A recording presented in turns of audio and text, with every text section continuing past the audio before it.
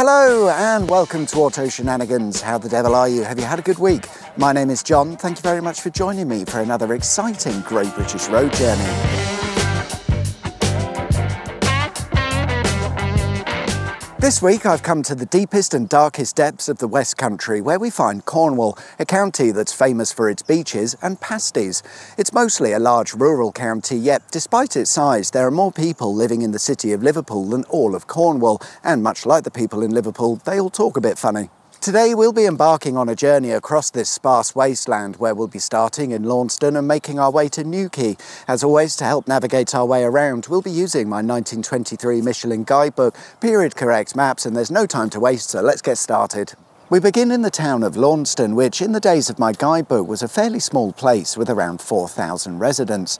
The town was built mostly around the corn milling industry, with a large mill being situated here from sometime in the 1400s to the late 1960s.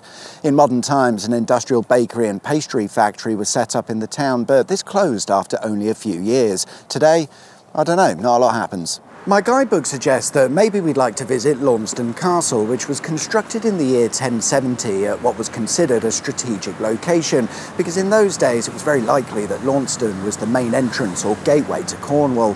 What we see today isn't the original 1070s castle, because in the 12th century it was all rebuilt, upgrading what was most likely a timber and earthwork structure to one made of stone and more substantial materials. In later years, the castle would be used as the Cornwall County Prison. However, it wasn't very well looked after, and neither were the prisoners, with conditions described as terrible, which, considering it was the 1800s, it probably was. The prison would close in 1842 due to the poor conditions, and everyone was moved over to Bodmin Prison, which we'll come back to in a bit. We will indeed, because first we need to get to Bodmin, which requires the A30. In the old days, the A30 certainly existed, however it's been upgraded or replaced by a modern dual carriageway. In some cases the old road has been built directly on top of, but there are many examples of old bits of road now abandoned or disused as a result of the new A30. I'd be here all day if I were to show you them all, but here's a good one. Just outside of a village called Bolventor, I don't know, it's Cornwall, but just outside of that village we find a stretch of what used to be the A30, now replaced by the A30. You know what I mean. The main road used to follow this route and would have taken you right through the middle of Bolventor village, and this is the case for a lot of the old A30. It used to connect up the various small towns and villages, but by the 1990s the traffic had become unbearable for most, so the A30 dual carriageway was built to bypass all of those smaller villages. If you're passing this way, why not stop by the Jamaica Inn, a traditional coaching inn built in 1750, although it's believed that an inn of sorts has been located here since the 1540s. It's said that the Jamaica Inn was a popular stopping-off point for smugglers making their way out of Cornwall into the real part of England, although I think it may be fair to say that the entirety of Cornwall was popular with smugglers, with most of the old inns being used as stopping-off points. Today the inn is an inn, but also in the inn is a museum dedicated to smuggling. A short distance from the Jamaica Inn is the Glyn Valley China Clay Works, or at least the former site of, and here we find the remains of the works building's quarry and some large slag heaps, aka your mum, that almost look like snow-covered mountains. There's not a lot of information available on the clay works, perhaps because even by the late 1800s the site was already in a state of disuse.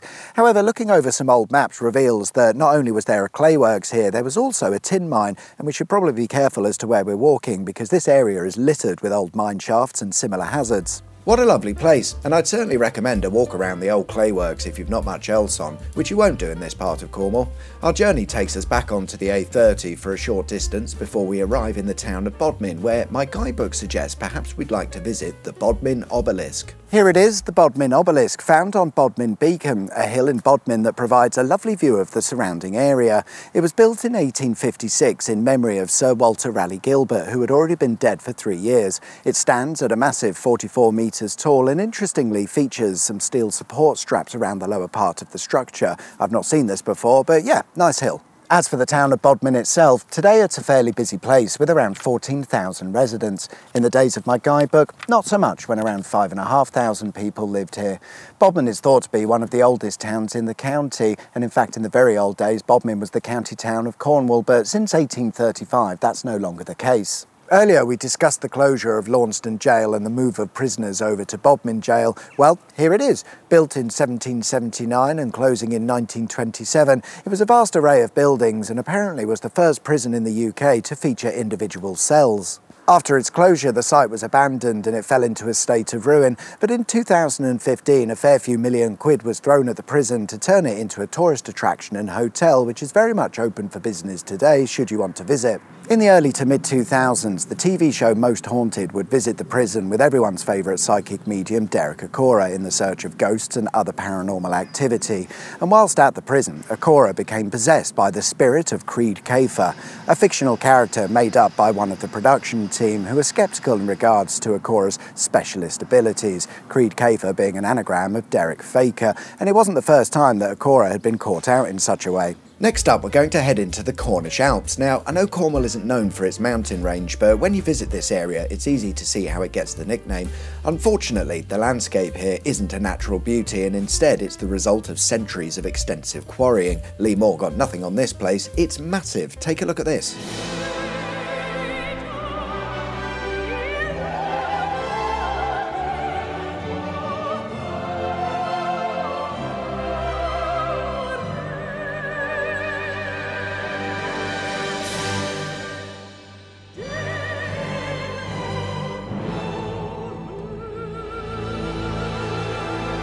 To the south of all that quarry is a place known as the Hidden Valley, in which you'll find the remains of some old mills and industrial buildings that offer an insight into Cornwall's industrial past. The valley's real name is the Tregaris Valley, and it used to be home to a China stoneworks that operated here between 1870 and 1965. Unlike China clay, China stone is a much harder rock that requires milling down into a powder before it can be used in the process of making things like porcelain, and it was here that it was dug out and processed. There's so much to look at here. For example, this large water wheel that would have been used to power the grinding stones used to mill the China stone. Compared to the other workings in the area, this was a small-scale operation, but it's believed that the Tregaris Valley mills and quarries were the first commercial operations in the area. As we've seen, quarrying has somewhat expanded since then. Leaving the Cornish Alps behind, we find an equally as beautiful a place known as Newquay, the largest town on today's journey with over 23,000 residents. Although in the days of my guidebook there were only around 6,600 people living here, and at the time the town was known for its knitting industry. Newquay has since diversified and is now known for the Cornwall spaceport based at Newquay Airport, which is a complete waste of time. So instead we'll head to the beach because other than getting smashed on a stag do, there's nothing else to do in Newquay, and here we find perhaps one of the most famous images of Cornwall by way of the Island House, a house on an island that's only reachable via a suspension bridge that was built in 1902 because when the tides are in it's completely surrounded by the sea. The house was built in 1910 in the days of no double glazing or central heating, so sod that. Interestingly though, in 1918 it was purchased by Neil Lodge, son of Oliver Lodge, who is credited with inventing the modern spark plug. Today the house is privately owned and is run as a holiday let business. On the other side of the bay, upon the cliff tops, is what's known as Huer Hut.